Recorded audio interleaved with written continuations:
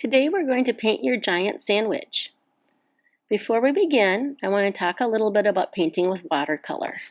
I'm set up here to paint, and you can see that I have a piece of newspaper under my paint set and water cup and paper I'm going to paint on.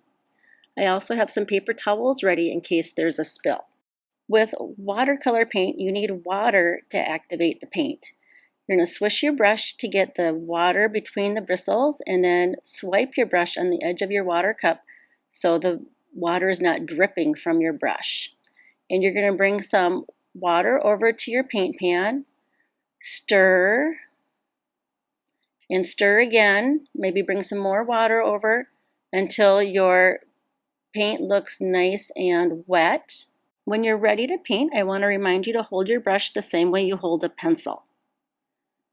And when we paint, we always pull the brush. So here I'm going to pull down and I'm pressing. You can see I get a nice wide line. I can pull up with the brush.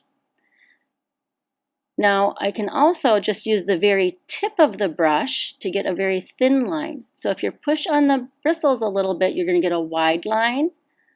But if I just use the tip, I can get a lot of control and even do some detail work, just using the very tips of the bristles. So it takes control and it takes practice to do that.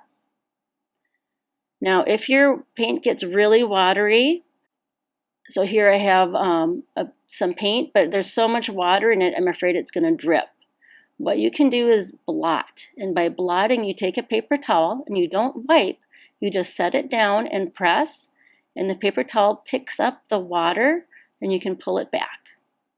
It also can make your color lighter if you feel like you had too much paint or it was too dark. And once you pull up some of the water, you can still paint on top of it if you want to have things a little bit darker. These are some things you might want to practice before you start painting your sandwich. The first thing I'm going to do is color in any small shapes with crayon. For example, I've got these sesame seeds on the top of my bun. I'm going to color those in white. The wax from the crayon is going to prevent any of the watercolor paint from getting into those little shapes. I've got a couple more small shapes I'm going to add crayon to before I start painting. When you're painting with watercolor, we always start with the warm colors. I like to start with yellow because it's the lightest color. And anytime we use watercolor paint, the water becomes the color of the paint we were using.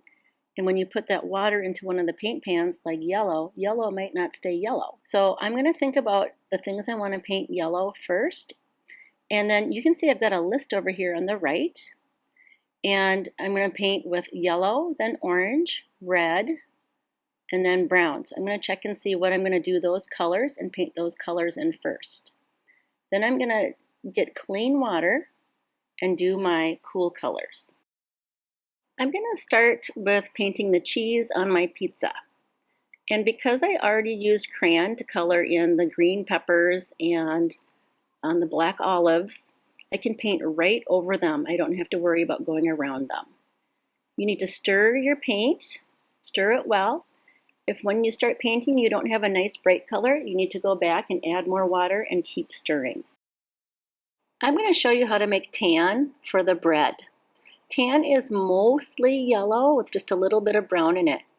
I'm going to start by making a puddle of water in the back tray. I've got a clean area here and I'm just bringing some water from my paintbrush over to the back tray until I have a nice puddle. I'm going to stir in a lot of yellow. And then I'm going to do just a tiny little bit of brown. So it's going to be mostly yellow and just a little bit of brown. And as soon as I put that brown in there, you should get a nice tan color.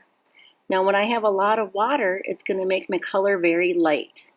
So we can test it and see how light it is. I might want it a little bit darker, so I'll put just a little bit more brown in it. This can get really watery, and so remember you can always blot your wet spots if you have too much water.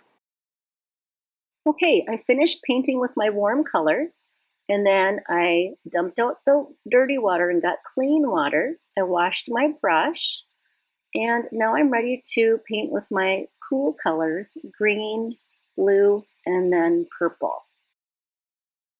I finished painting with my cool colors, and now I'm going to clean up. If you did any color mixing in the back tray of your watercolor set, make sure you wipe that clean. When your painting is dry, take a photo of it to turn in.